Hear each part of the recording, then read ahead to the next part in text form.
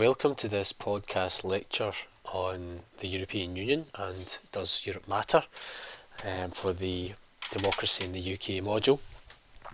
Essentially what we'll do is look at some of the themes in relation to UK membership of the EU, have an introduction into the key historical developments in the EU and kind of bring up to the present day in terms of the current debates around British membership of the EU and some of the discussion about Euroscepticism and whether Europe matters. So we're going to explore some of those issues in the context of democracy in the UK.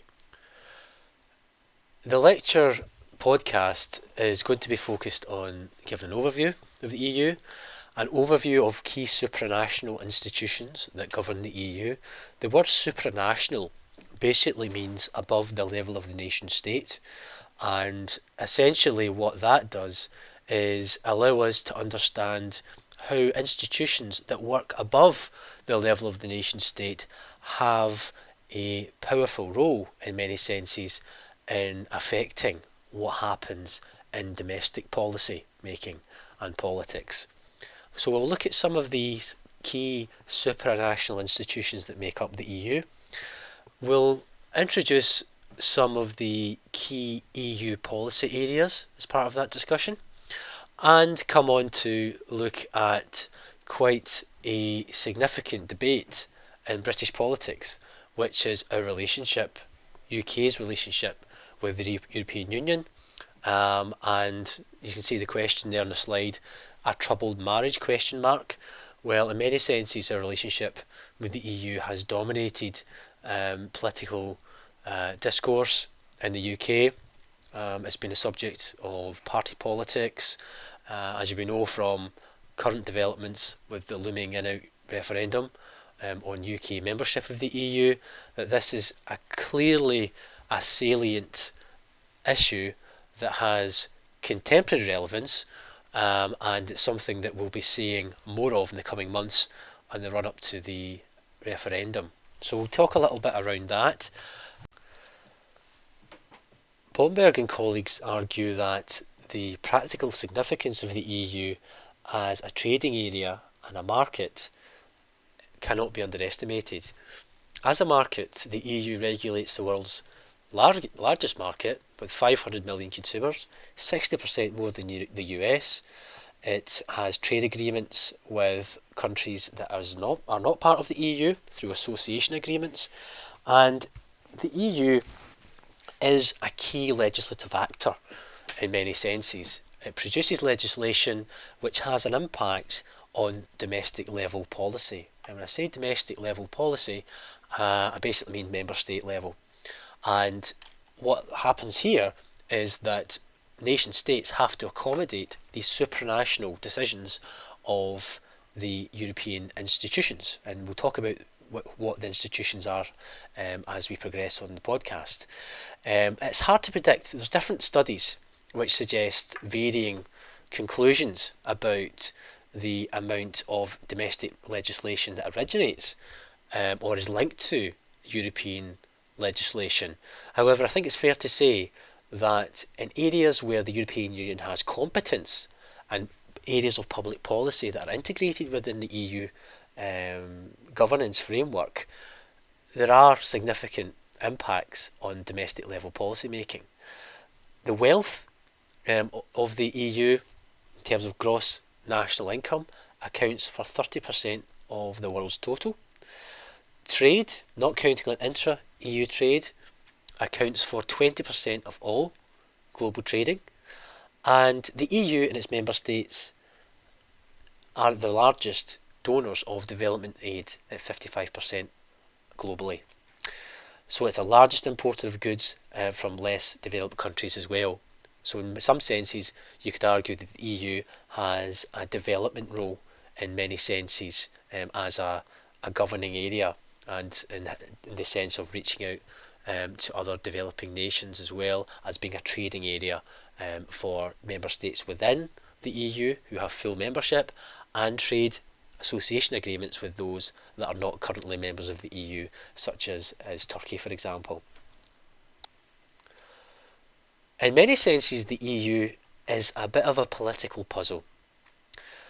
In the words of Jacques Delors, who was a French economist, politician, and EU advocate, including a former president of the European Commission who served 3 times in the Commission, Delors argues that the EU is an unidentified political object. In some senses, it's a bit like trying to nail paint to a wall, in that it's quite hard to define exactly what the EU is. Nugent argues that not of any type, rather it's a sui generis, the only one of its kind. There's nothing like the EU on the planet, apart from the EU itself, and that it's a confederation of states that work together through supranational institutions, and those supranational institutions have grown their policy competence over time. The word we use for that is European integration. The accumulation of policy responsibilities at the supranational level that were once previously those of member states is called the process of European integration. But the process is one thing, but nailing down exactly what the EU is quite difficult to pin down. So what is quite unique about the EU? So although member states are all sovereign, independent countries, they have pooled some of their sovereignty as part of this European project, this European integration development. In many senses, this idea of sovereignty has been the hub of much political debate in member states. We've seen it in our own country in terms of the impact of the EU on British sovereignty. You'll hear, as we were on the run-up to the referendum or our EU membership of the EU, that questions about sovereignty will come up more and more in terms of the extent to which too much sovereignty has been given away to the EU. So that's something that will come up in your reading of Britain's relationship with the EU, is this idea of sovereignty. But there's an inevitability of it being part of something bigger than yourself, and that there will be a level of pooling of resources, pooling of power, which has an impact on the national level, the domestic level, in terms of what you can legislate for. In terms of the pooling of sovereignty, it's really about sharing decision-making powers with institutions. Okay, so basically this is the idea that the European Union has to work collectively on areas of joint interest and work in such a way that the European Union becomes the most dominant decision-making actor in many senses. And in constitutional terms, when there could be a conflict between national level policy and European public policy, it's European public policy that will always dominate. Okay, so in many senses, that is a legally enshrined issue in terms of national relationships with the European level institutions. It's an integrated organisation. Member states transfer some policy decisions and some power, sovereignty, to a body of all member states. So decisions are binding and sanctions can be imposed in cases of non-compliance. So the European Union not only legislates, it can enforce as well, ensure that EU legislation is enforced. And if member states do not accommodate European legislation, then there are usually consequences through the European Court of Justice, which might implement proceedings in order to hold the domestic level to account. And oftentimes that might be through giving warnings in terms of what has to be done to implement policy, or it could involve fines and so on.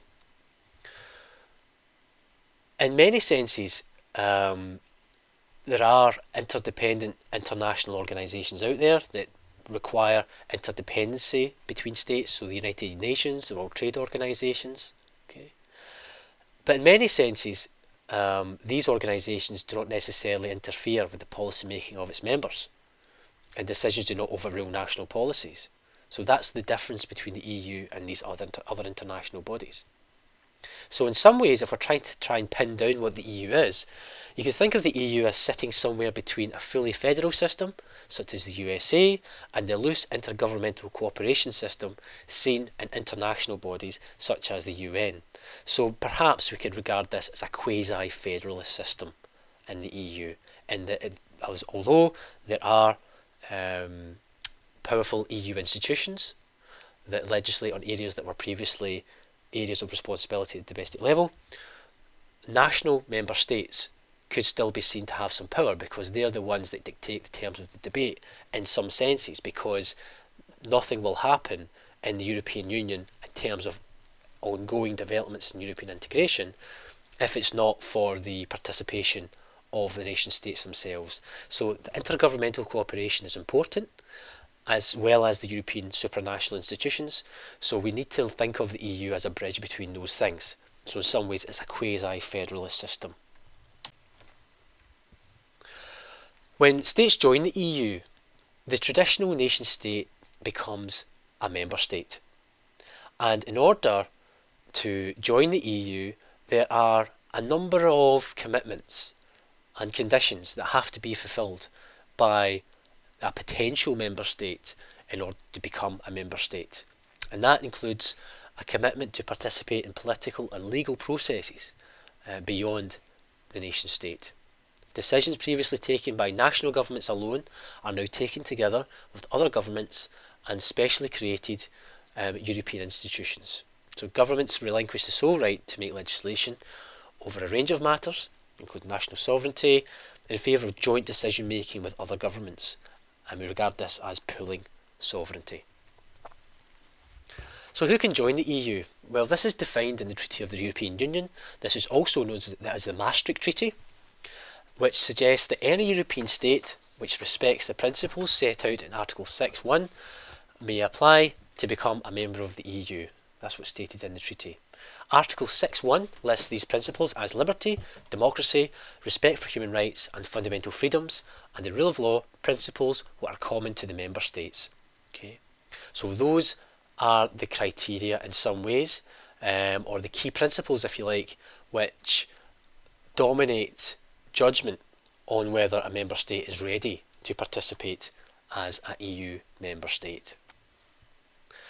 The Copenhagen criteria goes into more detail beyond these principles, which detail the criterion for meeting the eligibility criteria to join the EU. And these range from political criteria to economic criteria. So in political terms, states must have stable institutions, guaranteed democracy, the rule of law is recognised and respected, human rights are respected, and respect for minorities and vulnerable groups. So democracy, ideas of scrutiny, accountability are all very important in order for a member state to become a member of the EU. Economic criteria, in many senses, those seeking to join must be able to accommodate the principles of the single market. And in order to do so, they must demonstrate that they have a functioning market economy and are able to cope with the competitive pressures and market forces within the European Union. Because let's not forget that the European Union fundamentally, first and foremost, is a trading area. Originally set up to be a trading area for coal and steel. That's developed over the years. In the 1980s, we had the Single European Act, which officially set up the single market. And really that's the nub of the EU, is economics. The questions that Eurosceptics often have is the extent to which the economics has spilled over into other areas. And we'll come to talk about that. But the fact of the matter is, in order to have the mechanisms in the market functioning economy to allow you to come into the EU, you have to demonstrate that you have a competitive market that can deal with market forces. Okay. So candidates must also be able to adopt the entire body of EU law. Now this is the body of common rights and obligations that bind all EU member states together. So candidates have to accept the EU legislative package in many senses, so acquis communautaire, before they can join the EU and make the EU law part of their own national legislation. So joining the EU isn't a case of saying, oh, I'll just accommodate legislation that will come from the EU subsequent to my membership. You have to be prepared to accommodate legislation that has been there since before you joined the EU. So there's 28 countries in the EU, which make up around about 500 million people, and you can see that from the slide.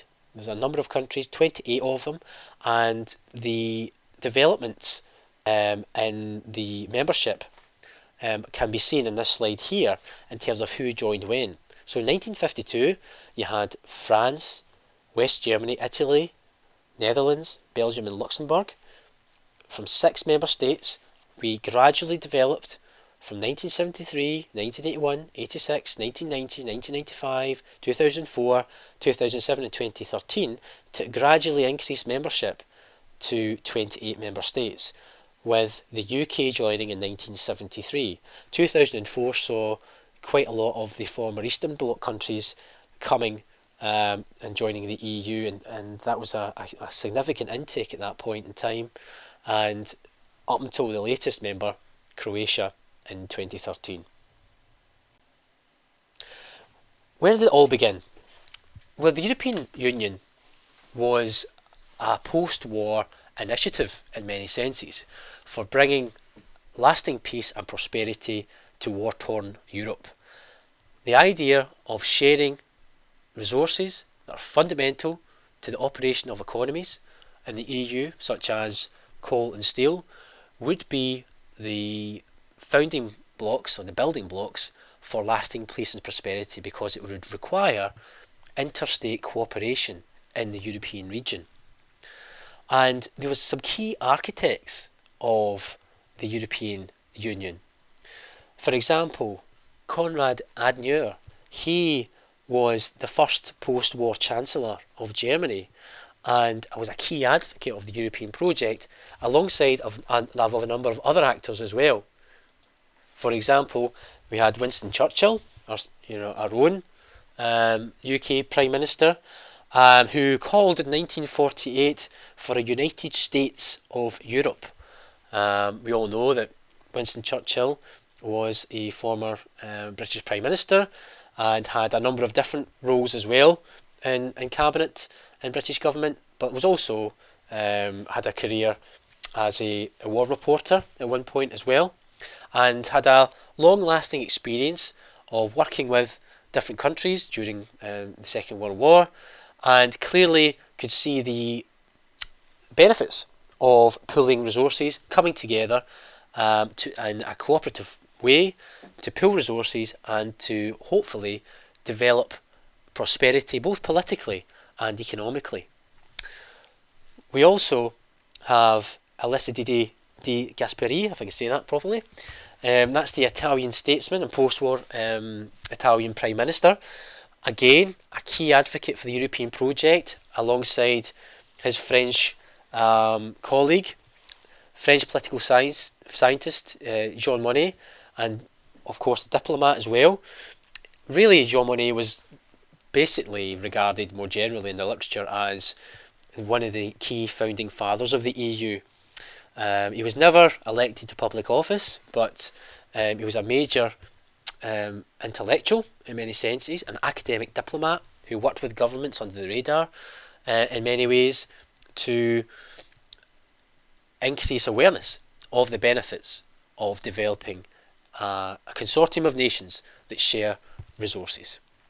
We've also got Robert Scuben as well, the French Prime Minister and statesman, again also regarded as one of the founding fathers of the EU.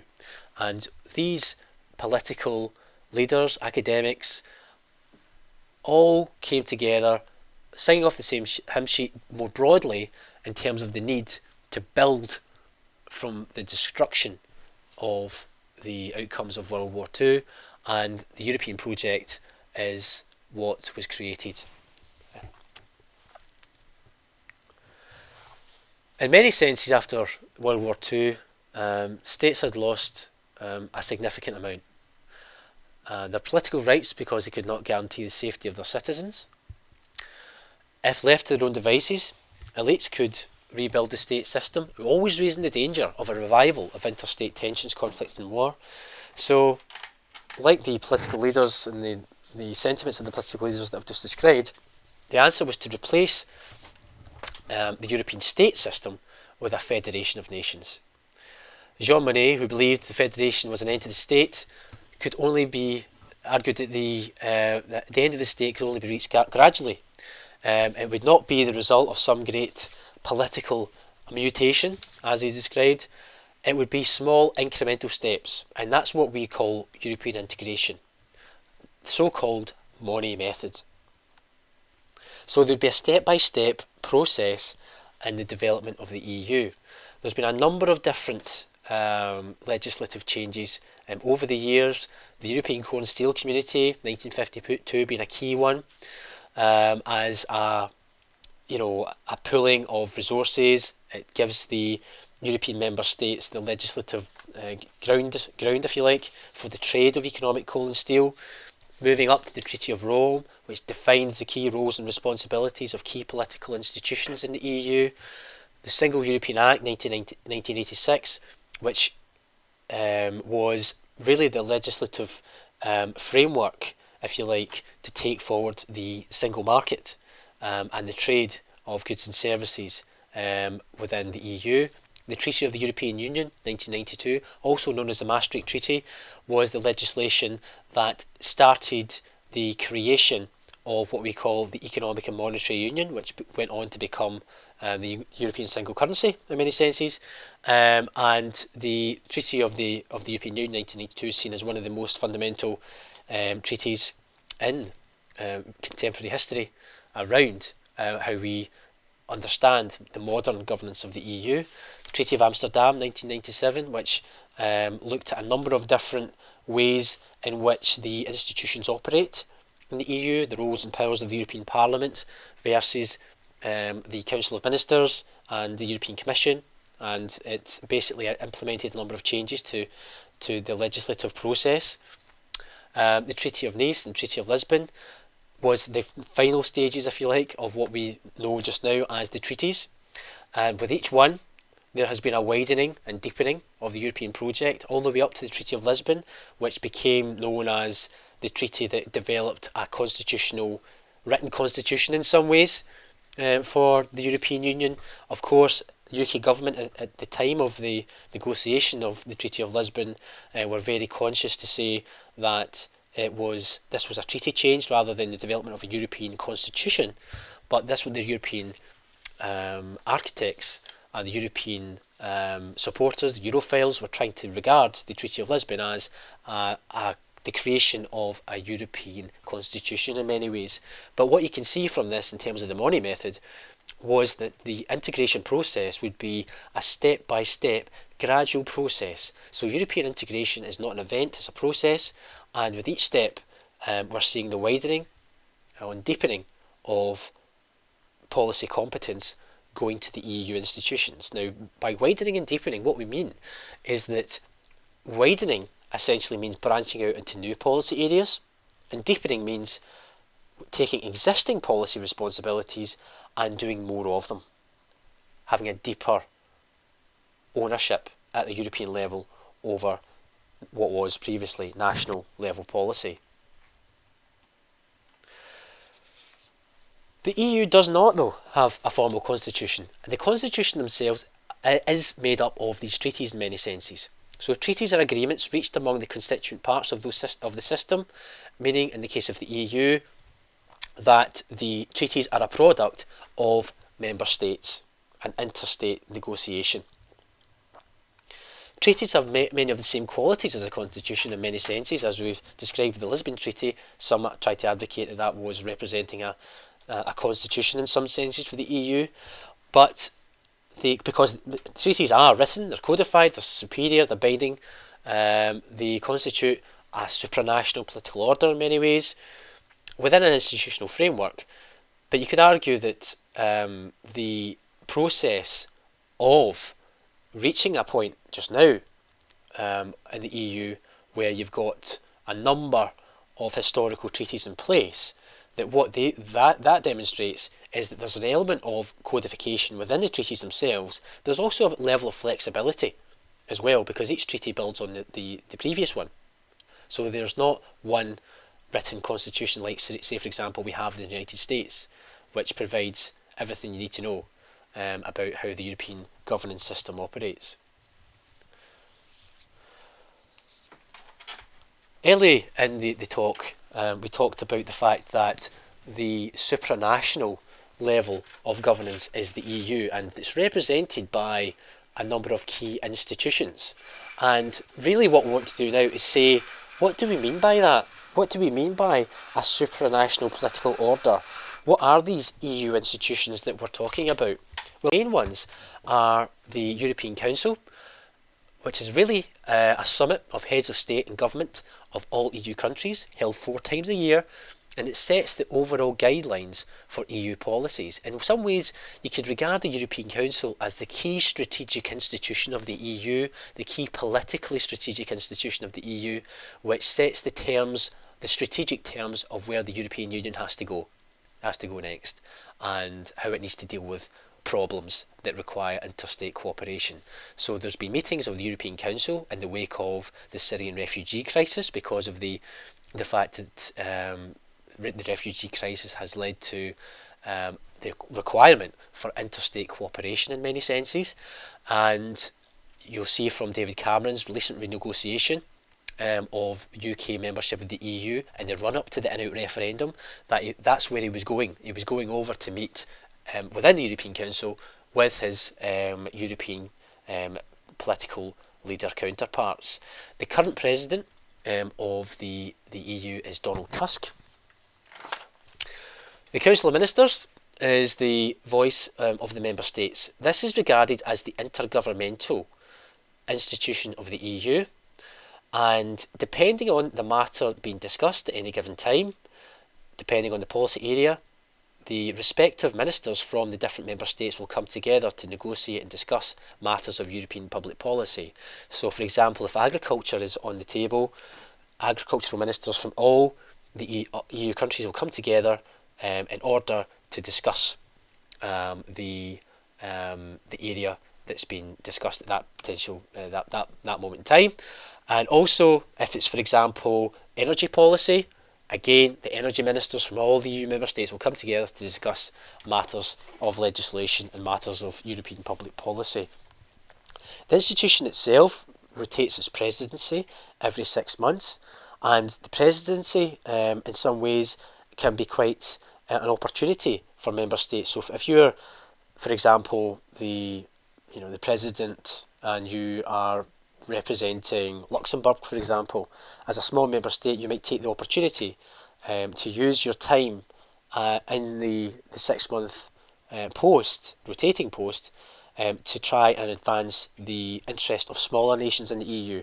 So there could be some opportunities, political opportunities, from being in the presidency for those 6 months, and to try and make the most of that in many ways for the interest of your own country and fellow countries. Decisions. The European Union has the Council of Ministers as one of its key legislative bodies. So it decides EU laws and budget together with the European Parliament, and manages common foreign and security policy. So in many senses, it's a key legislative actor, a key legislative institution in the EU. The European Parliament is the key representative legislator in many senses within the European Union, and essentially you've got around about 750 members, and elected from all the member states.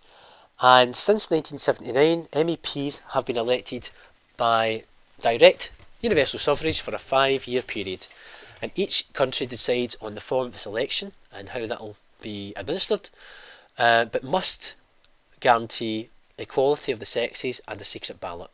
EU elections are by proportional representation. Voting is the age of 18, aside from Austria, where it's 16. and seats are allocated on the basis of population of each member state. Slightly more than a third of MEPs are women, and MEPs are grouped by political affinity, not nationality. So those with similar political leanings from different member states will sit with their own political groupings within European Parliament. MEPs divide their time between their constituencies and Strasbourg, where 12 plenary sittings are held a year, and Brussels, where they attend additional plenary sittings there as well. They sit within committees and within political group meetings as well. So it's the key representative institution of the EU in many senses. Its role and function has developed over the years in terms of its legislative teeth. Much more areas of public policy in the EU are now operating under the basis of co-decision with the Council of Ministers. It wasn't always the case. The European Parliament has developed its policy role and teeth over the years. In many senses, it used to be the fact that the European Parliament used to be consulted rather than being a key legislative actor. But now it is more now than ever on a more equal footing, if you like, to the Council of Ministers. The European Commission is the policy initiator of the EU. In some ways, it's a bit like the civil service of the European Union, and there's approximately 20,000 staff that work in the European Commission, which is about the equivalence in size to the UK Foreign Office in many senses. So that gives you an idea of the fact that actually, although the European Commission has to look after a number of member states, it's not that massive as an institution in many senses, but it has 28 independent members within it, and basically what they represent are commissioners with key policy responsibility. The Commission is a key actor in many ways because, as the policy initiator, the policies to emerge from the Commission are the things that are discussed by the legislators within the European Parliament and can often be the basis of a discussion at the Council of Ministers as well. And that's why when you go to Brussels, where the European Commission is based, why there are a number of lobby organisations around the Commission, because essentially what different organisations will seek to do is to influence the European Commission, because the European Commission often sets the policy agenda for the EU. So it proposes new legislation, it's the executive organ of the EU institutions, it's the guardian of the treaties in the sense that it tries to ensure that member states comply with European legislation, so it's the guardian of the treaties, and it represents the EU on an international stage. So in many senses, the Commission can be regarded as an international policy actor in many ways. The President of the European Commission is Jean-Claude Juncker, and for our own UK situation and our kind of own UK representation, we have Jonathan Hill, who is the Financial Stability, Financial Services and Capital Markets Union Commissioner, and he has key responsibility for those areas. And the Commission itself is composed of a college of commissioners of 28 members, and that does include the President and Vice Presidents. And of course there are commissioners, one from each country, and the Commission's political leadership is in place for a 5-year term. And of course each Commissioner leads on an area of strategic policy importance for the European Union. The Court of Justice is the key judicial arm of the European Union, upholding the law. 28 independent judges are drawn from each member state. So there's one from each member state, which contributes to 20 overall members. And the rules on how to implement EU law is something that the European Court of Justice is concerned with.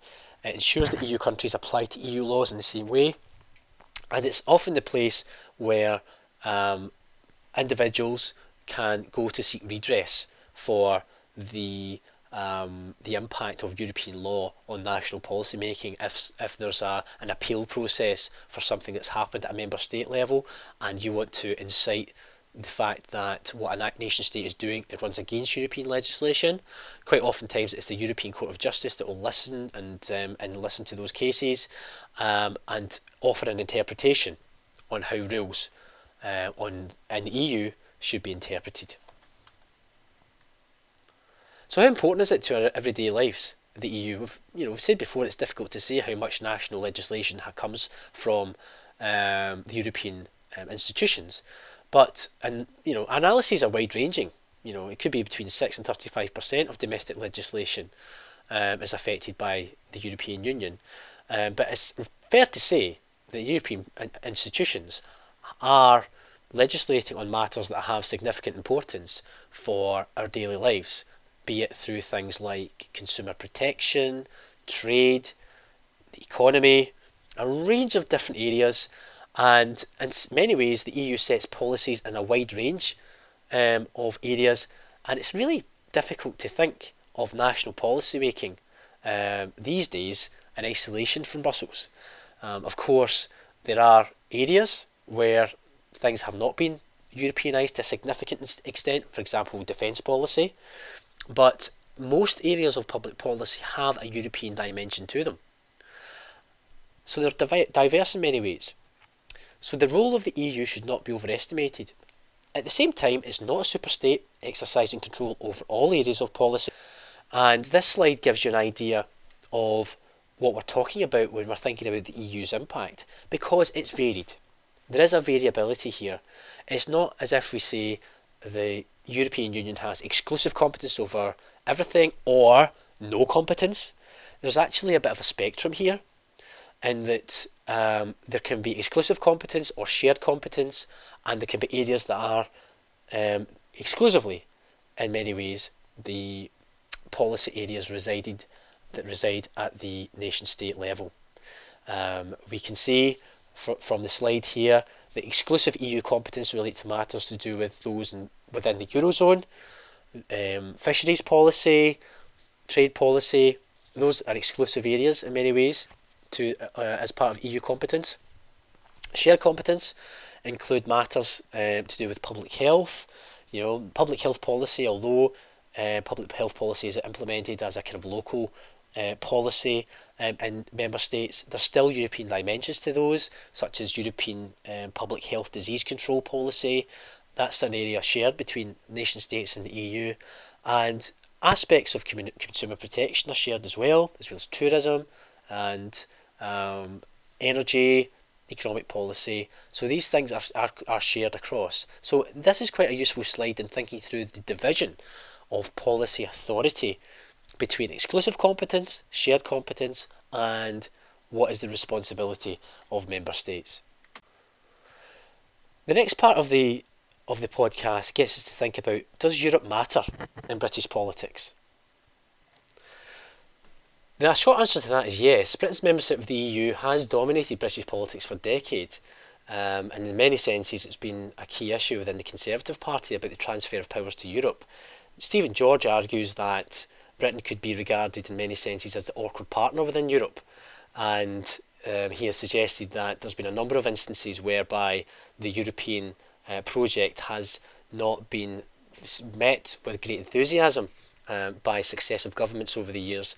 However, that's a one-sided perspective in some ways, and George recognises the fact that there's some complexities around that, particularly given the fact that Margaret Thatcher, who we may think was quite Eurosceptic in some ways, was actually an ardent supporter of the Single European Act 1986 and the creation of the single market, because it was the advance of a capitalist idea, and it was really a good opportunity in some senses to advance market-based principles within the European project. So Margaret Thatcher actually was quite keen when it came to issues to do with the market, but less so in areas such as an economic monetary union, debates about whether the European project should widen into social policy and policy areas beyond trade. So there is complexities within this, and political contestation has accumulated to the current debates on Britain's membership of the EU through the current referendum debate, and the referendum is due to take place on the 23rd of June 2016, which will be the key milestone that comes next in terms of our relationship between the UK and the EU. 2017.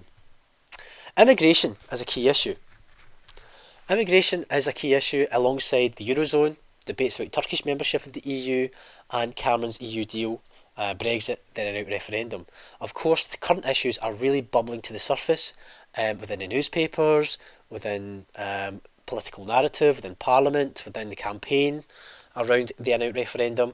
And these are just some examples of the political hot potatoes, if you like, surrounding European public policy at present. Of course, the issue to do with immigration is a key issue. There's been concerns about, inverted commas, an influx of Eastern Europeans to Britain as a result of EU enlargement. Okay, there's some debates about whether that's actually happened, and the evidence on that is quite unclear, to say the least. And obviously the Syrian refugee crisis and the UK response to that, whether we're doing enough, whether we're not doing enough. The crisis in the Eurozone, particularly in terms of the economic stability issues and the political consequences and the economic consequences of leaving the EU in a time where the Eurozone is going through a period of turbulence. That's a matter of key economic debate at the moment in UK politics, and debates about whether Turkey should be a member of the EU. As we know from the earlier slides in this podcast, there are certain criteria, Copenhagen criteria, that has to be fulfilled in order to be a member of the EU, and there's some debates at the moment about whether Turkey actually satisfy those criteria, whether Turkey should be a member of the EU, maybe politically it might be the best way to integrate Turkey. What are the issues with that? So there's lots of concerns at the moment amongst pro and anti-European quarters about whether EU membership should be increased or widened to other member states, and the current debate is really about Turkey's membership of the EU. So at the moment, of course, underlined here is Cameron's EU deal, Brexit and the referendum. So Cameron's package of reforms, if the EU is going to be something we're going to be part of after the referendum, this is what Cameron regards as reforms if the UK votes to stay in, and these range from changes and reforms in child benefits to migrant workers, migrant welfare payments, enshrine the idea that Britain can keep the pound while being in Europe, in terms of staying out of the Eurozone issues, in terms of how that could play out in terms of the shocks to British trade within the bloc, and agreement that any British money spent on bailing out the Eurozone nations will be reimbursed, protection of the City of London, safeguards for Britain's large financial services to prevent Eurozone regulations being imposed upon it. Issues to do with sovereignty has been a key issue. So this is basically a commitment that Cameron's tried to achieve in terms of explicit commitment that the UK will not be part of an ever closer union with other EU member states. However, those critics of Cameron's package of reforms suggest that that's an impossible thing to do, that the European project is designed in such a way that the widening and deepening of European integration will continue, as his history has demonstrated, and such an explicit commitment is something that would be quite difficult to see happen. A red card for national parliaments, so in other words, it will be easier for governments to come together to block unwanted legislation. That's essentially what Cameron seeks to do, to try and stave off the idea that the mother of all parliaments in Westminster doesn't have any more say, if you like, in the contours and the deliberations around the future of European public policy. Competitiveness, this is the idea that the settlement on competitiveness calls on EU institutions and member states to make every effort to fully implement and strengthen the internal market and to cut red tape, okay? And some limitations on the free movement. The free movement of goods and people is a key aspect of the European project.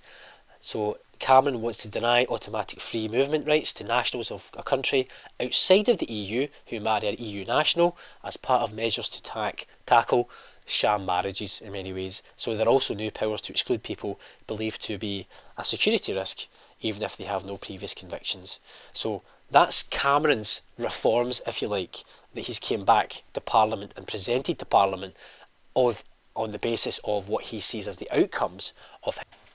However, the politics continues, and that Eurosceptics are not too impressed by the agreement and argue that the reforms are not fundamental enough to change the UK's relationship with the EU. On the slide there, you've got Michael Gove, a colleague of David Cameron, who has been a key leader of those that want to take Britain out of the EU, clearly causing a bit of a political ruction within the Conservative Party. Clearly, Boris Johnson as well has came out on the side of those that want to come out of the EU, and argued that he didn't feel too impressed with Cameron's renegotiation package and feels it's now time for the UK to go its own way, in some ways taking a political gamble in many respects, because if Britain stays in the EU, it might damage his potential ambitions of being the leader of the Tories and ultimately Prime Minister. So he's really taking a real gamble on this. But he's came out as a big name to oppose the package of reforms that David Cameron has came back to the UK with. And of course, we've got Nigel Farage of the UK Independence Party, who is not impressed by the package of reforms either, and suggests that the UK should be independent of the EU. And clearly there'll be some issues for the UK Independence Party if the UK does decide to come out of the EU, and because that leads to questions about the future of the UK Independence Party. But we have some quite prominent figures leading on the out side of the debate on the EU referendum question. Leconte recognises that Euroscepticism is something that is complex. It's not as if our attitudes to the European Union is straightforward. There's a number of different dynamics within attitudes, if you like, to the EU project. And if we take Euroscepticism, Leconte argues that there's at least 4 variations of these. So there's utilitarian Euroscepticism, Eurosceptics who refer to the fact that the gains derived from integration is really not something that's worth the cost, if you like, of EU membership. So the gains versus the cost is disproportionate for utilitarian Eurosceptics. Value-based Euroscepticism is often based on perceptions that the EU unduly interfere in matters which you could argue they shouldn't be. And in many ways, it's this value-laden view that actually we shouldn't just be interfered with by these supranational institutions at a point of principle. You know, some may argue that being part of the EU means that there's a bit of a democratic deficit, and that it's quite difficult for us as people on the ground, the general public, to keep on top of what's happening in the European institutions on a day-to-day basis, and to hold our MEPs to account in many respects, in the same way as the more significant contact we may have with our local councillors, our local members of parliament, and so on. So basically this is an idea that's more about values, that values are such that actually that the EU institutions shouldn't unduly interfere in matters that were once of national policy responsibility. There's also cultural anti-Europeanism. So sceptics towards Europe could be as a civilization, a cultural identity, and this idea of Euroscepticism at a cultural level has become more evident, particularly as the EU has enlarged and the free movement of people, and people have seen those from new countries come to the UK. There's been a little bit of cultural Europeanism, anti-Europeanism in many senses. We've also seen political Euroscepticism.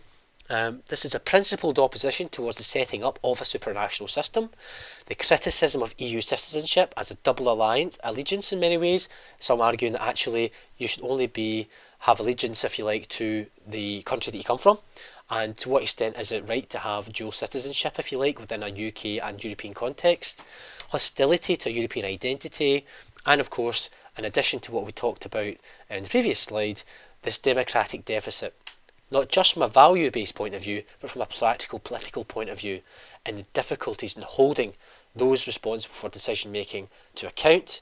This idea that the European Commission is staffed by bureaucrats who initiate policy, so therefore have a lot of power. So therefore there are questions, if you like, around the democratic deficit. Although these are variants, they are distinct in some ways, but they do interact, like we've seen with political Euroscepticism and value-based Euroscepticism. And basically what we have here is a crossover. The reality is you will have more of a crossover between these different dimensions, but from an academic point of view, it's useful to categorise different notions and different ideas of how we understand anti-Europeanism, Euroscepticism, to aid our understandings. There's an example here in the video of Euroscepticism in the UK. This video will be uploaded underneath the podcast on the Moodle site. However, it's not all about Euroscepticism, because McCormick discusses why Europe matters in his book, Why Europe Matters in the Case for the European Union. And basically, there are some key reasons why the EU matters. In many ways, it can replace self-interest with shared interests, and in some ways that can be useful, as the founding fathers of the EU conceived post-World War II, that collective negotiation, the sharing of ideas, the sharing of resources, can help stability and peace building.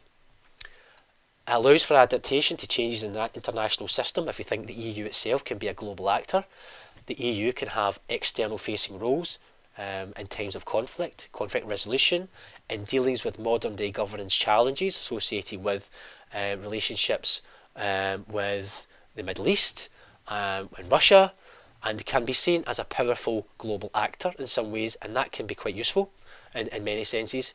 The EU has brought lasting peace to Europe, so in some ways you could argue that the outcome that it was set up to achieve has been achieved in many ways in terms of lasting peace.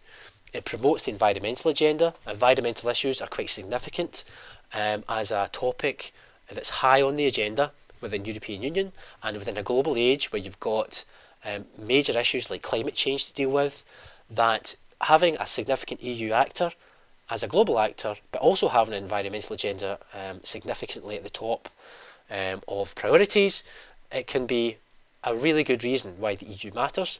In many senses, the EU promotes democracy at home and abroad, despite the arguments to do with EU democratic deficit, because the symbolism of the EU is about nations coming together to deliberate, to discuss, negotiate, and having cooperation between different supranational institutions. The Council of Ministers, the European Parliament, demonstrates cooperation, and in some ways it could argue that the European Union can promote democracy, strengthening human rights through the European Convention on Human Rights and European legislation that relates to human rights issues. You could see that that's a positive in many ways, and encourages cooperation and efficiency, offers an example to the rest of the world on how you may come together and trade in an economic sense, but also pool resources and work more politically together to build lasting prosperity within a region of the world.